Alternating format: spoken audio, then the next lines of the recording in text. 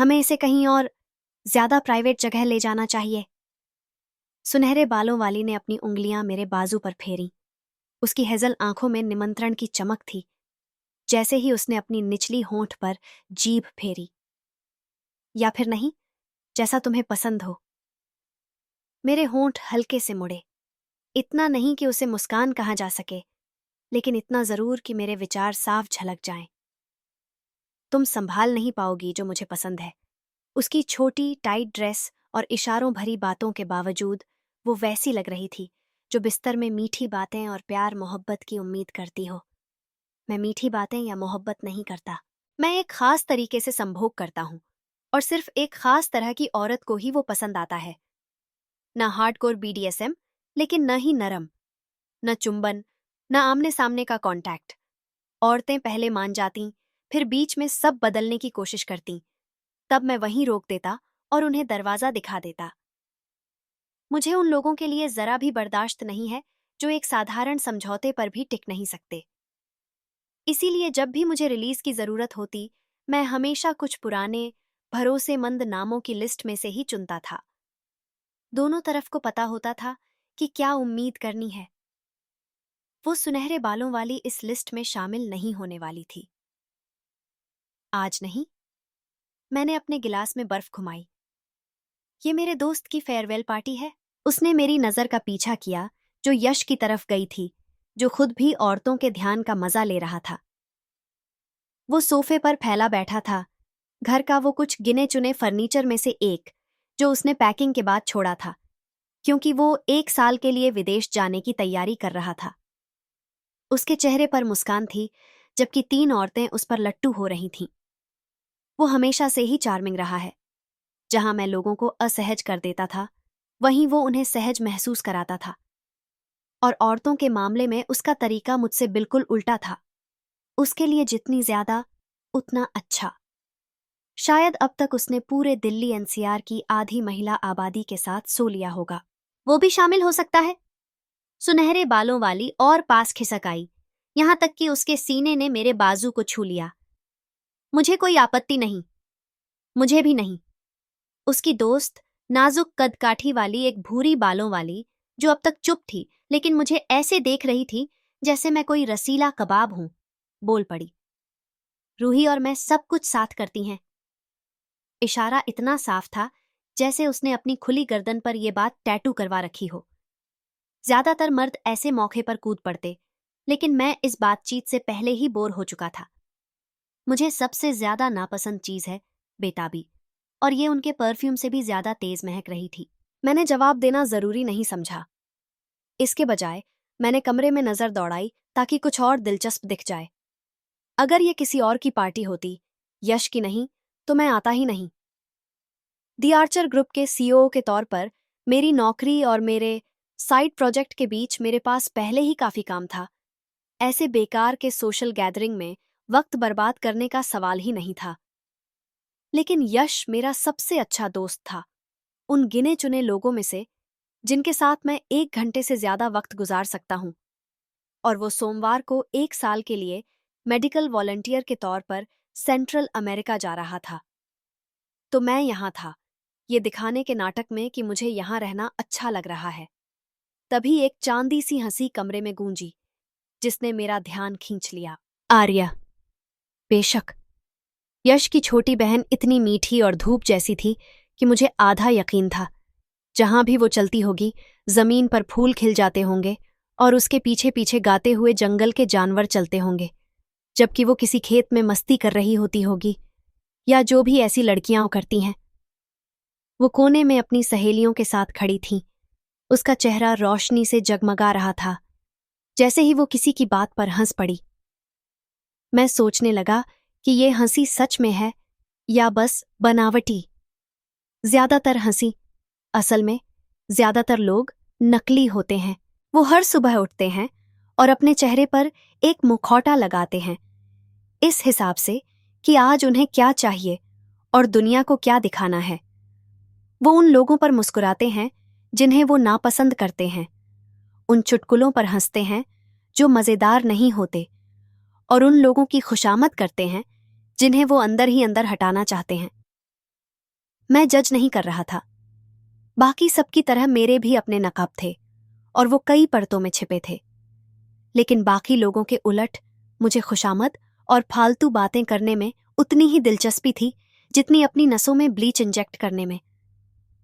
आर्या को जानता था तो यकीन था उसकी हंसी सच्ची थी।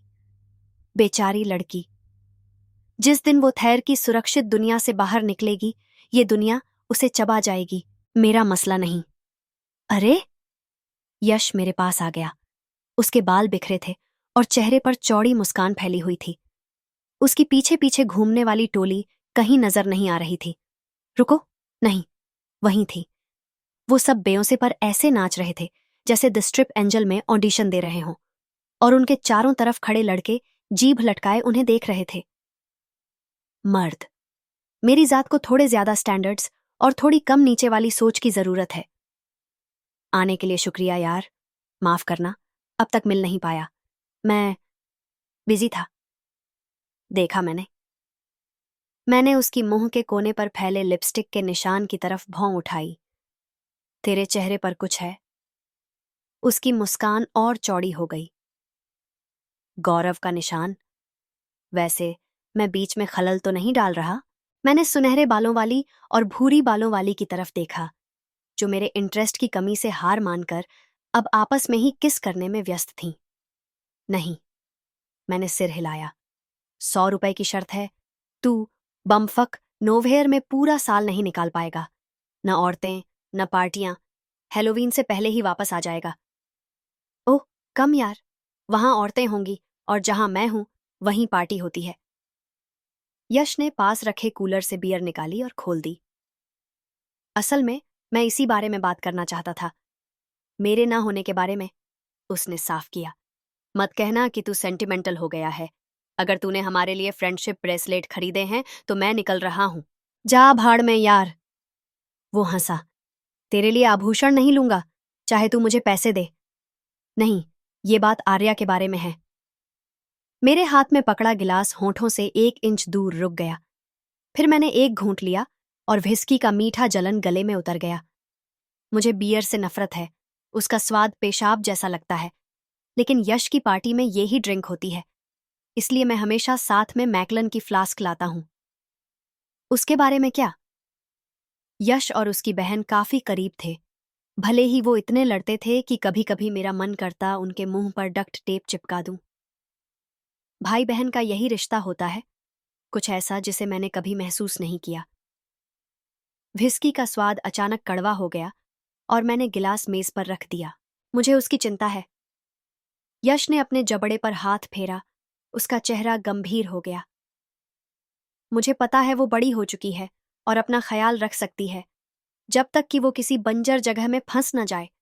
वैसे उसे उठाने के लिए थैंक्स, लेकिन उसने कभी इतने लंबे वक्त तक अकेले नहीं रही है और वो कभी कभी ज्यादा भरोसा करने लगती है। मुझे अंदाजा हो रहा था यश कहाँ जा रहा है और मुझे ये बिल्कुल पसंद नहीं आ रहा था। वो अकेली नहीं होगी, उसके दोस्त हैं।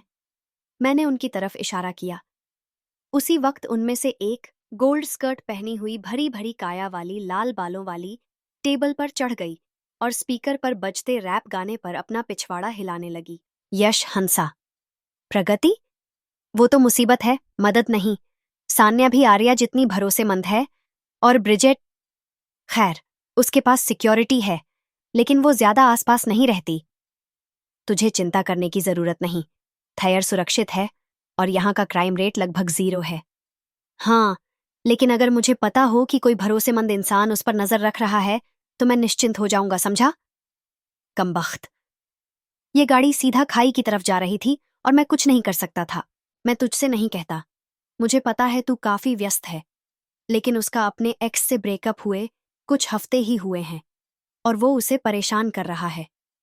मुझे हमेशा पता था वो हरामी है, लेकिन वो मेरी बात नहीं मानती थी। खैर, अगर तू उस पर थोड़ा ध्यान रख सके, बस इतना कि वो मरी या किडनैप ना हो जाए, तो मैं तेरा बड़ा एहसान मानूंगा। तू पहले से मेरा कर्जदार है, उन सब बारों के लिए जब मैंने तेरा बचाव किया। मैंने तंज कसा। तेरा मजा आया था करते वक्त। तू कभी कभी बहुत सख्त हो जाता है। यश मुस्कुराया। तो ये हाँ है? मैंने दोबारा आर्या की तरफ देखा, उसे गौर से लिया। वो 22 साल की थी, यश और मुझसे 4 साल छोटी, और किसी तरह से वो अपनी उम्र से कम और ज्यादा दोनों लगती थी। ये उसकी चाल ढाल में था, जैसे उसने सब देखा हो, अच्छा, बुरा और बिल्कुल घटिया, और फिर भी अच्छाई पर यकीन रखती हो। ये जितना बेवकूफ़ी भरा था, उतना ही काबिले तारीफ भी। वो शायद मेरी नज़रें महसूस कर रही थी, क्योंकि उसने अपनी बात बीच में रोकी और सीधा मेरी तरफ देखा। मेरे बिना पलक झपकाए देखे जाने पर उसके गाल गुलाबी हो गए। उसने जीन्स और टी शर्ट बदलकर बैंगनी ड्रेस पहन ली थी, जो उसके घुटनों के आसपास लहराती थी।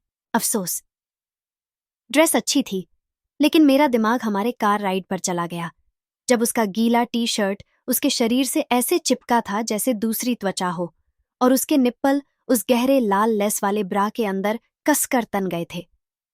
मैंने सच कहा था कि वो मेरी टाइप नहीं है, लेकिन नज़ारा अच्छा था। मैं खुद को सोचते हुए देख सकता था कि मैं वो टी शर्ट ऊपर उठा रहा हूँ, उसके ब्रा को दांतों से साइड कर रहा हूँ और उन मीठे सख्त शिखरों को होंठों में भर रहा हूँ। मैंने खुद को उस चौंकाने वाले ख्याल से तुरंत बाहर खींचा। ये क्या बकवास था मेरे साथ? वो यश की बहन थी, मासूम, हिरनी सी आंखों वाली, और इतनी मीठी कि उल्टी आ जाए। पूरी तरह उलट उन सजी धजी दुनियादार औरतों के जिन्हें मैं बिस्तर के अंदर और बाहर पसंद करता था। उनके साथ मुझे फीलिंग्स की चिंता नहीं करनी पड़ती थी, उन्हें मुझसे उम्मीद ही नहीं होती थी।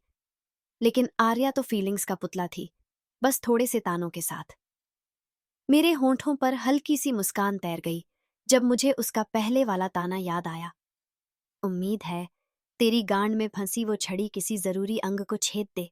ये मुझसे किसी ने कही हुई सबसे बुरी बात तो नहीं थी, लेकिन जितनी आक्रामक मैंने उससे उम्मीद की थी, उससे कहीं ज्यादा थी।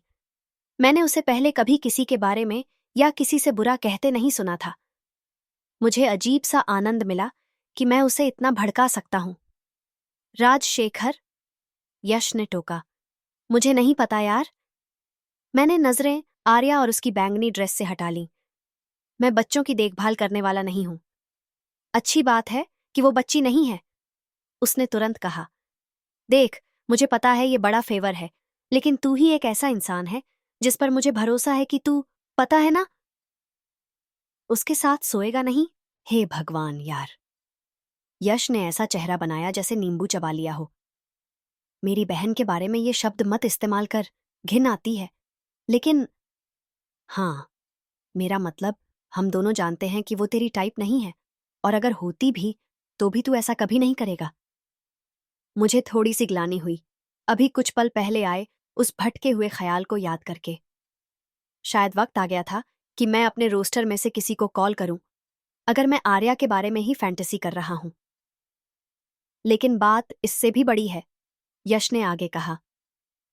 तू ही वो इंसान है जिस पर मुझे भरोसा है, मेरे परिवार के अलावा। और तू जानता है, मैं आर्या के बारे में कितना चिंतित हूं, खासकर उसके एक्स के साथ चल रही इस पूरी कहानी के बाद। उसका चेहरा सख्त हो गया। कसम से, अगर मैं उस हरामी को कभी देखूं। मैंने सांस छोड़ी। मैं उसका ध्यान रखूंगा, टेंशन मत ले। मुझे इसका पछतावा होगा, ये मुझे पता था, फिर भी मैं यहां था, कम से कम अगले साल के लिए अपनी जिंदगी इस वादे में बांधते हुए। मैं बहुत कम वादे करता हूं, लेकिन जब करता हूं तो उन्हें निभाता हूं, पूरी तरह। इसका मतलब था कि अगर मैंने यश से कहा है कि मैं आर्या का ख्याल रखूंगा, तो मैं सच में रखूंगा, और ये कोई हर 2 हफ्ते में एक टेक्स्ट भेजने वाली बात नहीं थी। अब वो मेरी सुरक्षा में थी।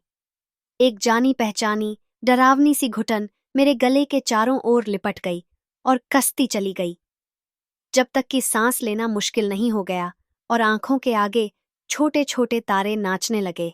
खून हर जगह, मेरे हाथों पर, मेरे कपड़ों पर, उस क्रीम रंग के कालीन पर बिखरा हुआ, वो कालीन जिसे वो बहुत पसंद करती थी, जो वो अपनी पिछली यूरोप यात्रा से लाई थी।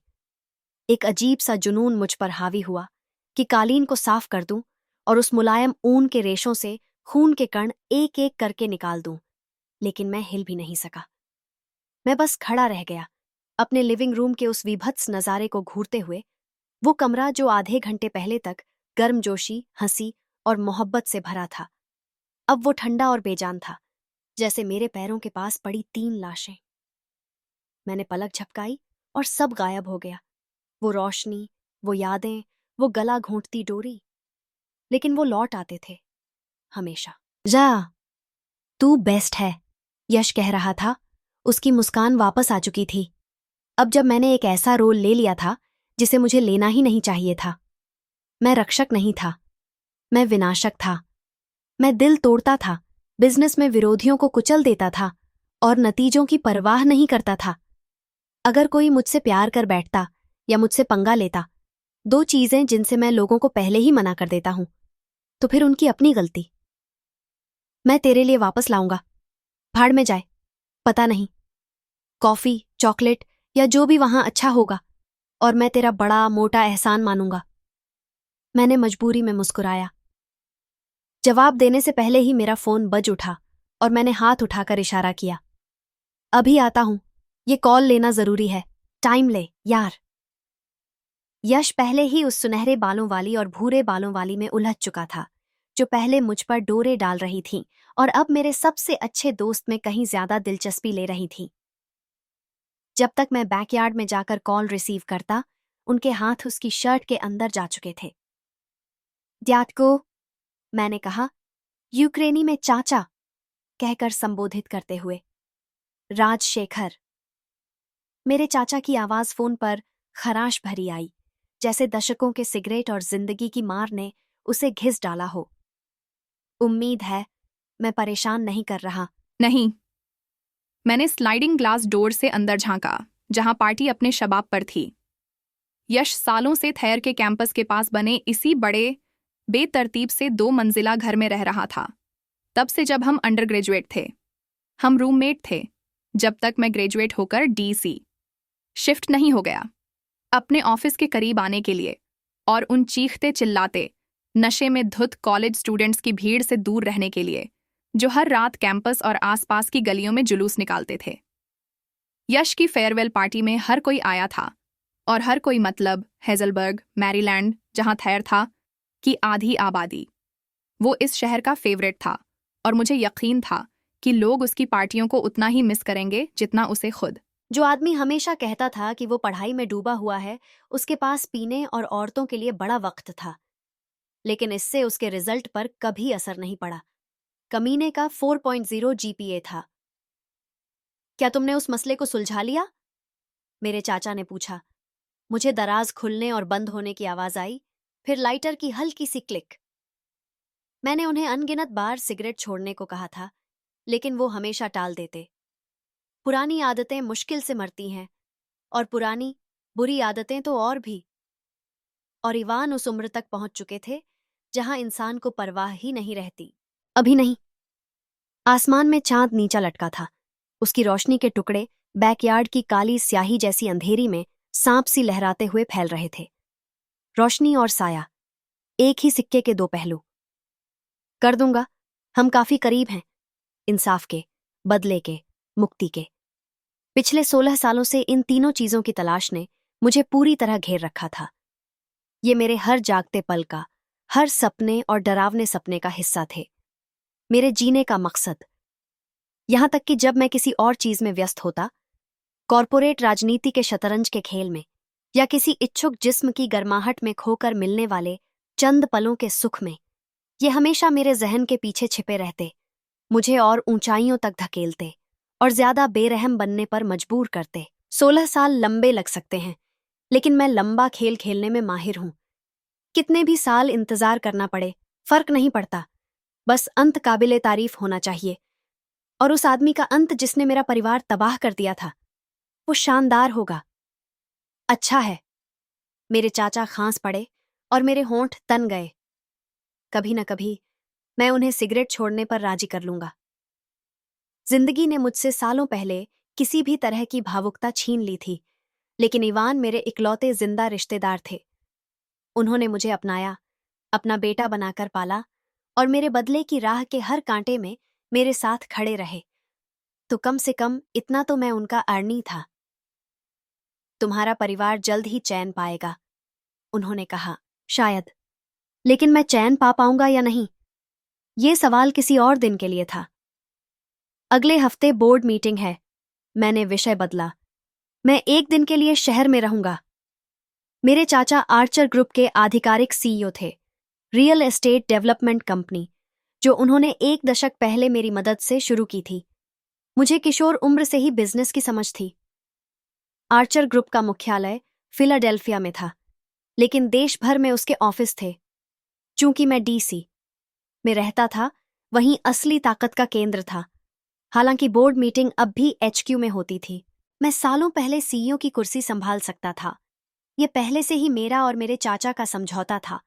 लेकिन सीओओ का पद मुझे तब तक ज्यादा लचीलापन देता था जब तक मैं अपना काम पूरा नहीं कर लेता। वैसे भी सब जानते थे कि असली ताकत के पीछे मैं ही था।